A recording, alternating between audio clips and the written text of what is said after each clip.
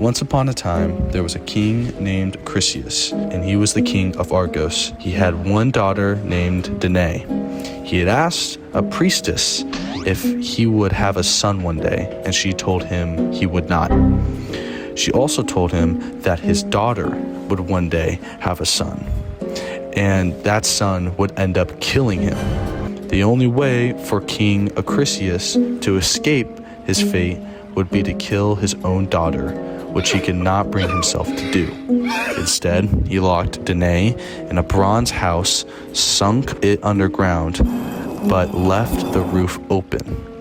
Here, she sat trapped for many days. Eventually, a shower of gold filled the room, and Danae was visited by Zeus. Danae then bore a child, and she knew that Zeus was its father. Danae named her son Perseus. When King Acrisius discovered the child, he asked who the father was. When Danae said Zeus, he did not believe her. The king did not want to kill his daughter and grandson, so he locked them in a great chest. He ordered that this chest be thrown into the sea. After a long time adrift at sea, the chest was opened up on the shore of an island, where it was found by a fisherman named Dictys. Dictys took Danae and Perseus home to his wife, where they cared for them for many years. One day, Polydictys, the ruler of the island, took interest in Danae. Polydictys wanted Danae, but did not want Perseus. So he told Perseus about the Gorgons, who lived on a faraway island. He told Perseus he wanted a head of one of them more than anything else in the world.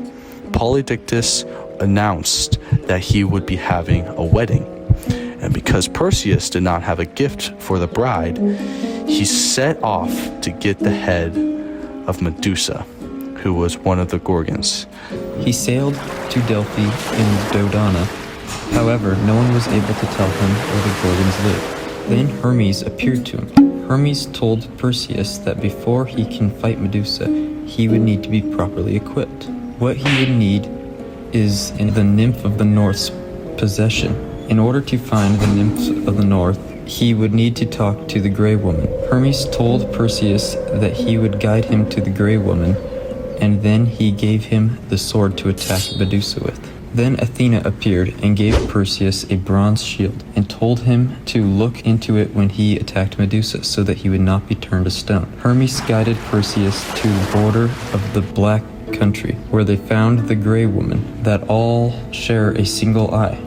Knowing this, Perseus waited for one of them to move their shared eye from their head, then snatched it away. Perseus announced that he had taken it, and he would only return it if they told him how to find the nymph of the north. They gave him the directions, and he went on his way.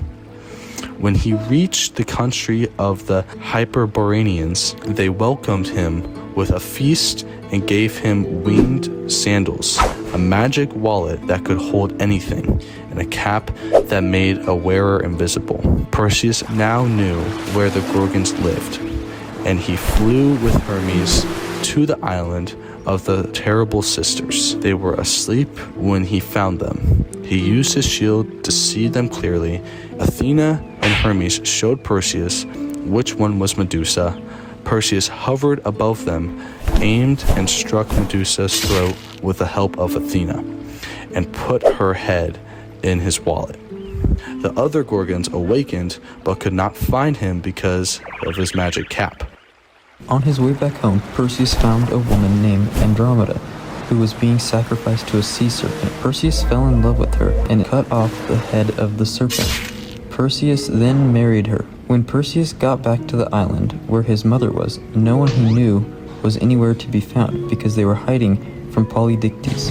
Perseus went to Polydictys' palace and showed everyone there the head of Medusa. After he found Danae and Dictys, he made Dictys the new king of the island. Perseus and Danae and Andromeda went back to Argos to see if King Acrisius would now welcome his daughter and grandson back. When they arrived, they found that Acrisius had been ran out of town and was nowhere to be found. Then Perseus learned of a contest being held and decided to take part. During the disc throwing, he threw a heavy disc into the crowd and struck King Acrisius, killing him and fulfilling the prophecy. With this event, death and troubles came to an end for Perseus, and he and Andromeda had a son named Electron, who would one day be the grandfather of Hercules. The three of them lived happily ever after.